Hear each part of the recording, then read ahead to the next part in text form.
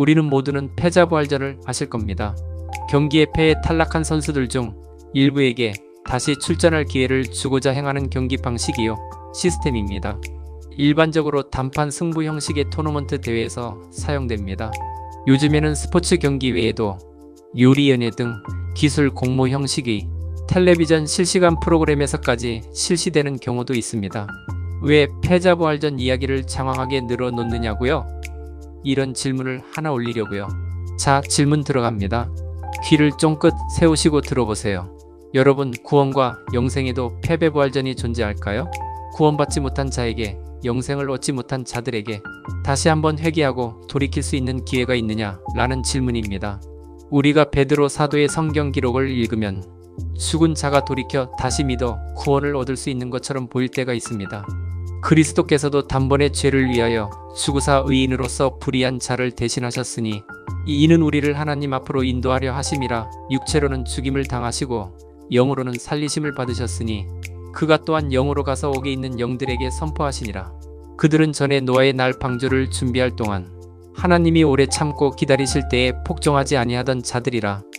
예수님의 죽음에 관한 베드로 사도의 표현을 가볍게 읽으면 예수님께서 육체는 죽었지만 영이 살아서 지옥에 들어가신 것처럼 보입니다.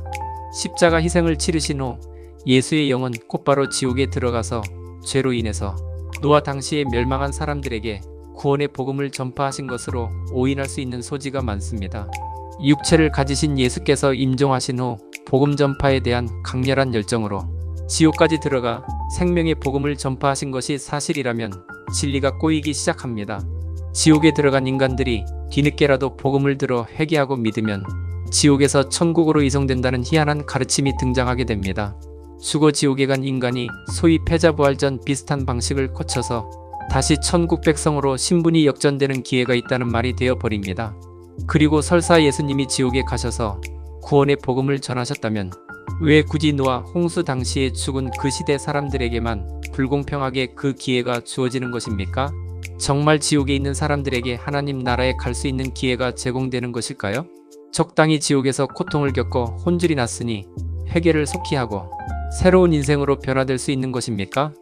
하지만 우리가 성경 어디를 찾아보아도 죽음 이후 다시 영생을 얻을 수 있는 2차 기회가 제공된다는 가르침은 전혀 없습니다.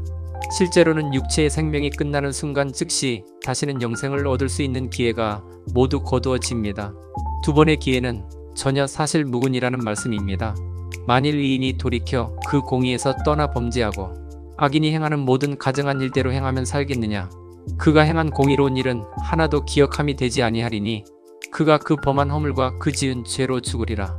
그렇다면 다시 육체로는 죽임을 당하시고 영으로는 살리심을 받으셨으니 저가 또한 영으로 옥에 있는 영들에게 전파하시느니라는 말씀을 상세히 보세요. 죽은 예수님의 혼이 육체를 이탈하여 다시 살아난 것으로 여겨서는 안 됩니다. 본문의 말씀은 예수님이 죽으셨지만 성령 하나님의 능력으로 부활하여 영원한 생명을 받으셨다는 사실을 말씀하고 있는 것입니다. 사도 바울은 성령님께서 예수님을 부활시킨 것으로 말씀합니다. 성령의 권능으로 죽은 예수 그리스도가 부활한 것처럼 장래의 그를 믿는 자들에게도 영광스러운 부활이 있을 것을 표현한 말씀입니다. 이 예수를 죽은 자 가운데서 살리신 이의 영이 너희 안에 거하시면 그리스도 예수를 죽은 자 가운데서 살리신 이가 너희 안에 거하시는 그의 영으로 말미암아 너의 죽을 몸도 살리시리라. 그러니까 성령님이 우리 안에 거하시면 육체의 장막이 무너져도 부활이 보장된다는 약속을 그려내고 있습니다. 즉 육으로는 죽으나 영으로는 살리심을 받는다는 표현인 것입니다. 본문에 등장하는 옥에 있는 영들에게 전파하는 주체는 누구일까요? 우선 옥에 대한 이해가 급선무입니다. 옥은 헬라어로 푸뉴마라고 합니다. 그래서 옥은 생명이요 존재의 의미를 내포합니다. 옥은 지옥이 아니라 죄로 어두워진 이 세상을 가리키는 단어입니다. 이사야 선지자도 옥을 해석하기를 흑암이 가득한 세상으로 기록하였습니다. 다윗도 죄로 심판 아래 놓여있는 세상을 옥으로 표현하고 있습니다. 옥이란 지옥을 가리키는 단어가 아니라 강포가 가득하여 어두워진 이 세상입니다. 옥에 있는 영들이라는 것은 구체적으로 옥에 있는 사람들을 말합니다. 다시 말하면 노아시대에 회개하지 않고 멸망의 길을 계속해서 걸어간 사람들이 바로 옥에 있는 자들인 것입니다.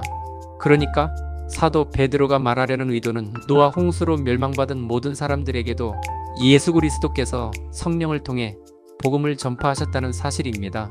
저들이 복음을 듣지 못해서 멸망한 것이 아니라 강력한 성령님의 부르심에도 거절함으로 스스로 멸망하였다는 사실을 설명하고 있는 것입니다.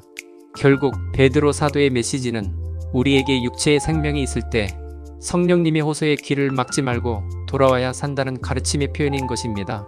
그렇습니다. 생명을 얻는 길에는 두 번의 기회가 없습니다. 일회성의 삶인 것입니다. 사람이 죽으면 다시는 생명 얻을 기회가 존재하지 않습니다. 인생의 삶은 가까운 미래에 무슨 일이 발생할지 모릅니다. 미래는 우리의 것이 결코 아닙니다. 현재 생명 안에 거하지 않으면 안 되는 이유가 바로 여기에 있답니다. 우리 모두가 구원을 미루지 말고 속히 예수 안으로 돌아오시기를 기도합니다.